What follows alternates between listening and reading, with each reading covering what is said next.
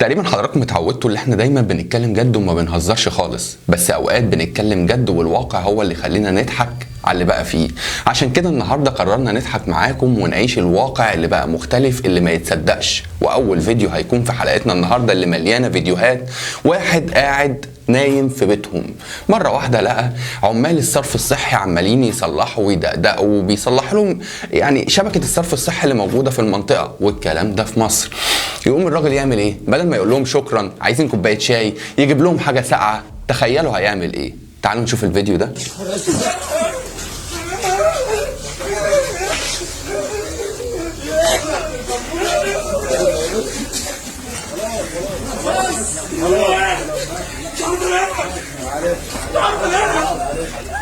الراجل مش عارف ينام، الراجل متضايق اللي هم بيصلحوا عنده ومش عارف ينام.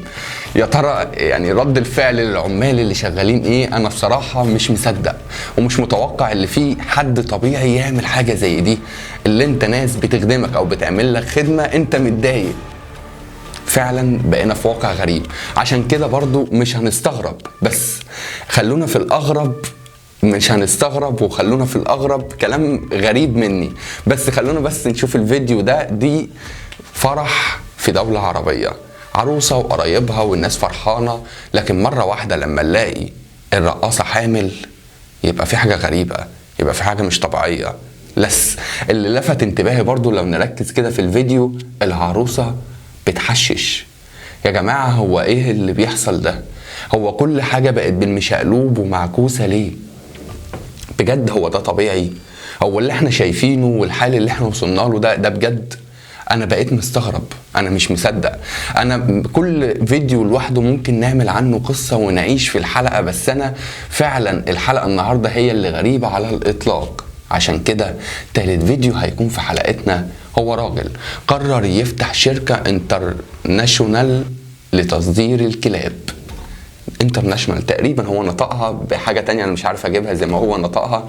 هيصدر الكلاب بطريقه خاصه، في كلاب للتسمين وكلاب للتربيه وكلاب هتتعمل حواوشي.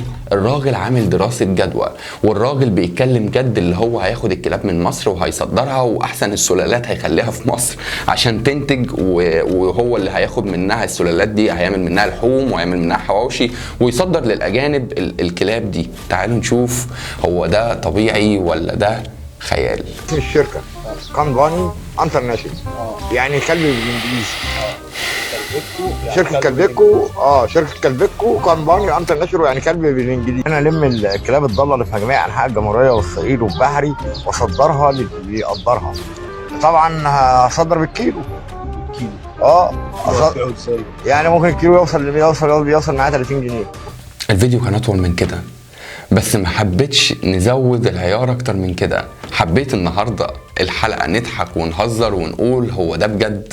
هي الناس دي معانا وحوالينا، ولا احنا اللي بقينا في كوكب تاني، ولا الناس دي بتتعامل ازاي؟ يا جماعه والله انا ما بقيت اصدق الفيديوهات، بالرغم اللي احنا شايفين صوت وصوره، يعني مش قصه بتتحكي لنا او حد يجي يقول لي والله انا اعرف واحد كان عندنا في المنطقه بيصلحوا شبكات الصرف الصحي، هو بسبب الموضوع ده نزل يجري وراهم ويحدفهم بالطوب، ولا حد يجي يقول لي ده انا شفت بعيني رقاصه حامل والعروسه قاعده بتحشش.